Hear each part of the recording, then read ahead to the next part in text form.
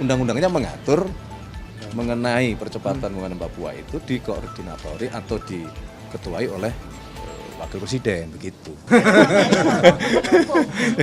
Izin Pak Ketua dulu, ini agendanya karena agenda Komisi 13. Jadi sebenarnya di dalam ada Undang-Undang Otonomi Khusus Papua yang di situ secara eksplisit bahwa percepatan pembangunan Papua itu adalah dikoordinatori atau diketuai oleh Wakil Presiden.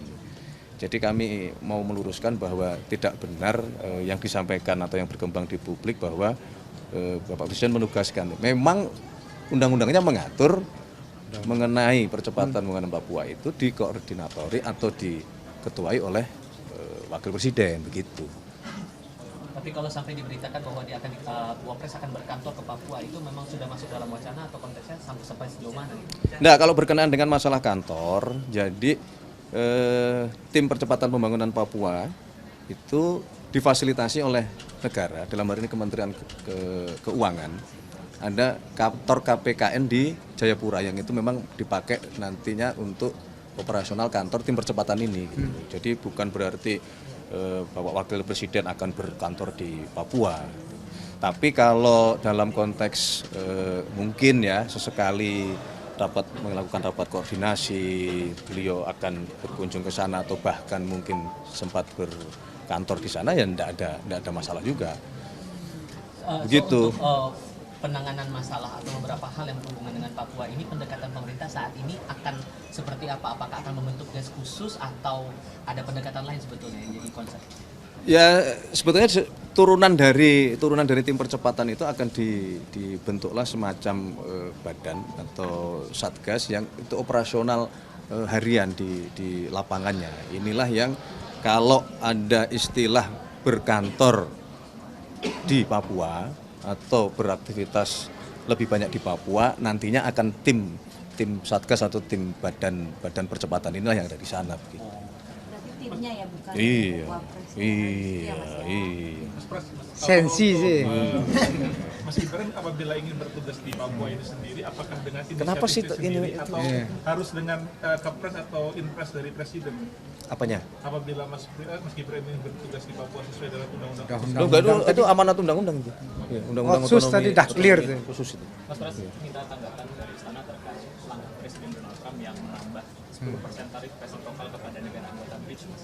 Kan Indonesia sudah menjadi anggota negara BRICS awal tahun 2025 ya. Ada evaluasi tersendiri dari istana, apakah ada niat pemerintah untuk menarik diri di BRICS ini? Enggak, jadi yang per hari ini yang dapat kami sampaikan adalah kita tetap melanjutkan upaya untuk bernegosiasi dengan pemerintah Amerika Serikat kan. Berdasarkan apa yang disampaikan Presiden Trump, di situ kan beliau memberi tenggat waktu sampai 1 Agustus. Nah, di jeda waktu ini tadi malam kami berkoordinasi juga dengan Menko Ekonomi ya, untuk kemudian melanjutkan kembali proses negosiasi. Di situ kan dibuka beberapa ruang juga. Gitu.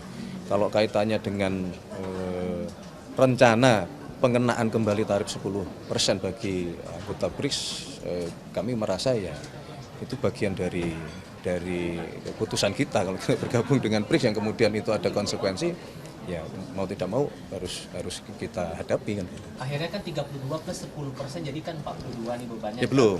Kan kondisinya sudah Belum. Ini kan baru disampaikan begitu skemanya kan begini. Nah, ini kan masih ada waktu, masih ada jeda.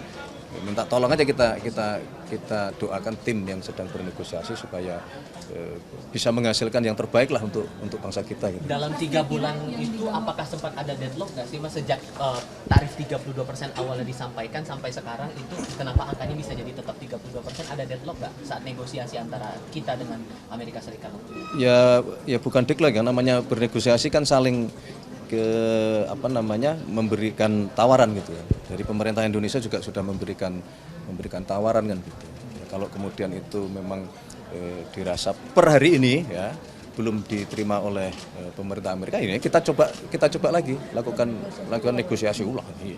Yang disiapkan itu apa sih Mas? Apakah masih sama dengan yang sebelumnya untuk negosiasi yang disiapkan? Apakah masih sama sebelumnya ada regulasi juga ada tingkatan impor dari Amerika? Ya sebenarnya kalau kita merasa apa yang kita tawarkan kepada pemerintah Amerika sudah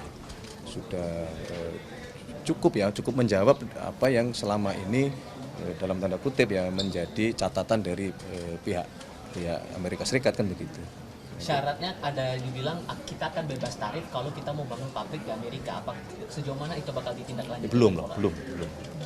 Belum sampai ke sana, belum sampai. Kita lihat nanti. Mas Pras, ini sesuai dengan undang-undang otsus tadi, Mas, ya. Apakah Mas Gibran akan berkantor Balik lagi. Hah? Dalam waktu dekat bakal berkantor nggak kira-kira? Jadi di Papua menjalankan tugas. Saya belum tahu agendanya beliau. Tapi begini kan kalau Bapak Presiden maupun Bapak Wakil Presiden, kemudian para menteri terkait, kemudian juga teman-teman anggota DPR ini berkunjung ke salah satu provinsi, apalagi Papua, kan nggak ada salahnya juga gitu. Kalau perlu ya memang harus sering-sering berkunjung ke situ kan. Jadi tidak perlu dipermasalahkan seolah-olah seperti ada sesuatu gitu. Dramatisir. Mau ke Papua ya memang wajibnya. Wajibnya kita semua pemerintah, ya, apalagi kapasitas beliau sebagai wakil presiden yang sudah diatur juga di undang-undang otsus ya, nggak ada salahnya gitu. Oke, cukup ya. Saya harus konfirmasi dulu dari pihak istana. Prancis nggak, Pak? Aku selesaikan dulu di sini. Ya, kita selesaikan kami. Kalau aja. kurang nanti kita ya, Konfirmasi ketemu satu lagi, ini karena berhubung kan sudah 1 bulan suratnya disampaikan kepada DPR dan MPR. Menurut Anda mewakili eksekutif apa tuh? masih perlu mendesak dan relevan tidak dorongan dari Forum Purnawirawan TNI untuk memasukkan Mas Gibran dari kursi wakil presiden? Aduh, saya tanya ke DPR itu kita nggak tahu kalau kita Tapi ada surat dorongannya itu. masuk akal tidak? Kira-kira dorongan untuk memasukkan Ayo, thank you. DPR. Terima kasih.